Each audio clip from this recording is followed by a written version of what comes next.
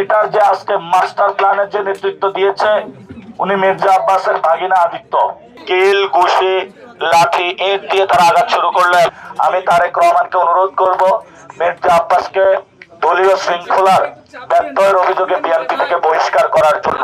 আজকে যদি খালেদা জিয়া জীবিত থাকতো তাহলে উনিও লজ্জা পেত। আমি নাসিরউদ্দিন যতদিন জীবিত থাকবো, আমি এখানে জনগণ আমাকে যদি সুযোগ দেয় তাহলে আমি কাজ করব। আর যদি ভোটে আমি জয়ী নাও হই তারপরেও আমি ঢাকা ৮-এ কোনো সন্ত্রাসীর ইনশাল্লাহ রাজত্ব রাখবো না।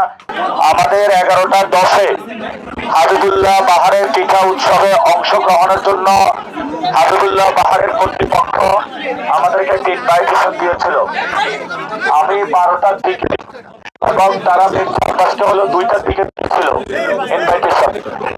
আমি 12টার দিকে তাদের কথা অনুযায়ী সবাই সহ আমরা হাবিবুল্লাহ বাহার ইউনিভার্সিটিতে যাই। সেখানে শিক্ষার্থীরা আমাদেরকে ফুল দিয়ে বরণ করে নেয়। বরণ করে নেওয়ার পরে আমরা যখন গেটের অভ্যন্তরে প্রবেশ করি, একজন এসে বলে যে আমি পাহাড়ের ছাত্র দলের সভাপতি। আমি বললাম আপনি কি এখানে শিক্ষার্থী? উনি বললো না, আমি এখানে শিক্ষার্থী না। তো উনি বললো যে আমাকে মির্জা আব্বাস হলো টাকা দেয়, পয়সা দেয়, এখানে যারা টিচার আছে তাদেরকে টাকা পয়সা দেয়, আপনি কি দিতে পারবেন?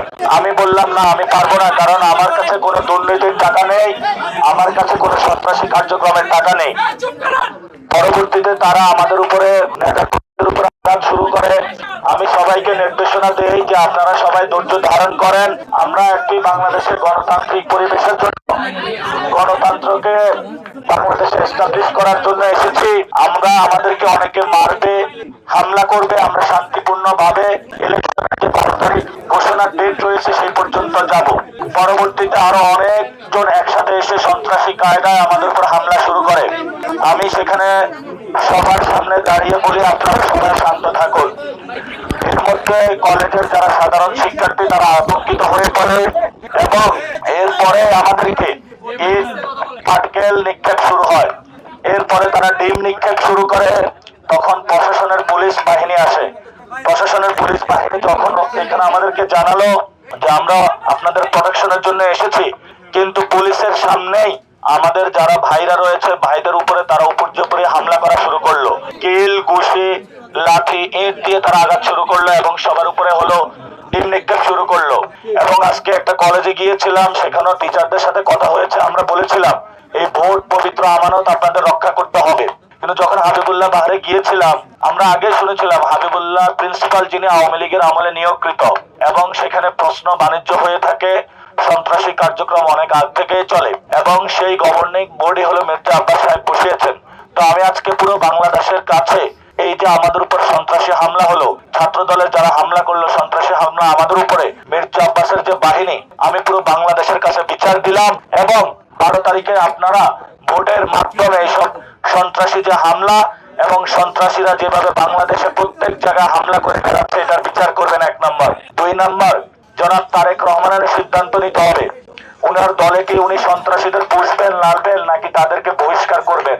আমি তারেক রহমানকে অনুরোধ করব মির্জা আব্বাসকে দলীয় শৃঙ্খলার ব্যত্যয়ের অভিযোগে বিএনপি থেকে বহিষ্কার করার জন্য। সাথে সাথে আরেকটি বিষয় আমি বলবো, আজকে বেগম জিয়ার সাথে আমি পার্সোনালি আগে দেখা করেছিলাম।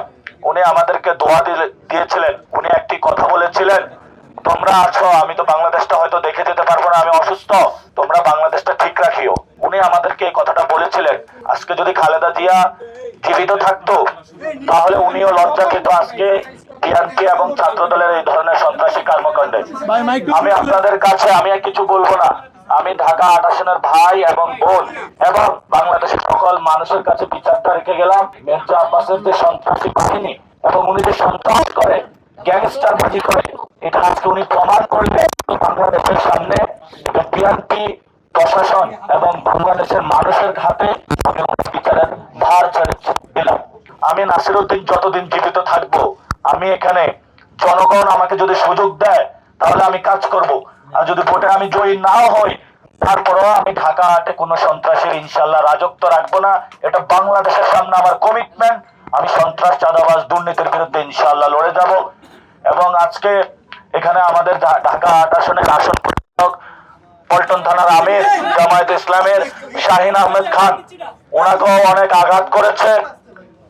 ভাইরা রক্ষা করেছেন, ছাত্র শিবিরের ভাইরা, ছাত্র শক্তির ভাইরা, আপনারা দেখেছেন অনেককে আঘাত করা হয়েছে। এখন আমি আপনাদের সামনে নামগুলো বলবো, তারপরে জনাব নাহিদ ইসলাম কথা বলবেন। আজকে সন্ত্রাসী হামলায় যারা নেতৃত্ব দিয়েছে, আসাদুজ্জামান মাসুদ ভুঁইয়া সাবেক আহ্বায়ক, হাবিবুল্লাহ বাহার ছাত্রদল, শাহিদিন মল্লিক সাবেক আহ্বায়ক সদস্য ছাত্রদল, শরীফ সাবেক যুগ্ম আহ্বায়ক ছাত্রদল হাবিবুল্লাহ কলেজ ইউনিট, শাহিন খান উনি হলো প্রশ্ন পাশে হলে বহিষ্কার হয়েছে, উনিও আজকে নেতৃত্ব দিয়েছে, হায়াত জিয়া আশরাফি আহ্বায়ক সদস্য ছাত্রদল, এবং এরও কারো ছাত্রত্ব নাই। আমাকে যারা রিসিভ করেছে ওদের সবার ছাত্রত্ব ছিল। এবং এটার যে আজকে মাস্টার প্ল্যানের যে নেতৃত্ব দিয়েছে উনি মির্জা আব্বাসের ভাগিনা আদিত্য। আমরা আগে পুলিশকে ইনফর্ম করেছিলাম মির্জা আব্বাসের ভাগিনা আদিত্য এখানে সন্ত্রাসীদেরকে ভাড়া করে নিয়ে এসেছে। সে অনেক পরিকল্পনা করছে আমাদের উপর অ্যাটাক করার জন্য, আজকে সে শুরু করেছে। আমি প্রশাসনকে বলবো, যদি ইলেকশন কমিশন বা বাংলাদেশের মানুষ নিরাপত্তা না দিতে পারে, আপনারা যদি মির্জা আব্বাসকে সংসদে নিয়ে যেতে চান, বিএনপির গুন্ডা মাস্তানদেরকে নিয়ে যেতে চান, তাহলে বলেন আমরা মাঠ থেকে উঠে যাই। যদি ভোট হয়, আসলে আমরা গণতন্ত্রে যেতে চাই, আমি বিএনপিকে বলবো আপনারা যদি সত্যি শহীদ জিয়া এবং খালেদা জিয়ার পথে থাকেন, এইসব সন্ত্রাসী কর্মকাণ্ড বন্ধ করেন। আমাদের যারা নারী সদস্য রয়েছে তাদের উপরে তারা বরফ নিক্ষেপ করেছে এবং সেখানে একজনের মাথায় 4টা সেলাই দেওয়ার প্রয়োজন পড়েছে। আমরা যে পরিস্থিতির মধ্য দিয়ে যাচ্ছি, আমি কিছু বলবো না, আমি বাংলাদেশের মানুষের কাছে আজকে বিচারটা দিলাম। বাংলাদেশের মানুষ ইনশাআল্লাহ আগামী 12 তারিখে তারা গণভোটে হ্যাঁ এবং শাপলাকলি দাঁড়িপাল্লাকে জয়যুক্ত করে এসব সন্ত্রাসীদের বিচার করবে। ইনশাআল্লাহ বাংলার মাটিতে তাদের বিচার হবে, ইনশাআল্লাহ হবে। দেশে দেশে সবার সাথে দ্য নিউজ।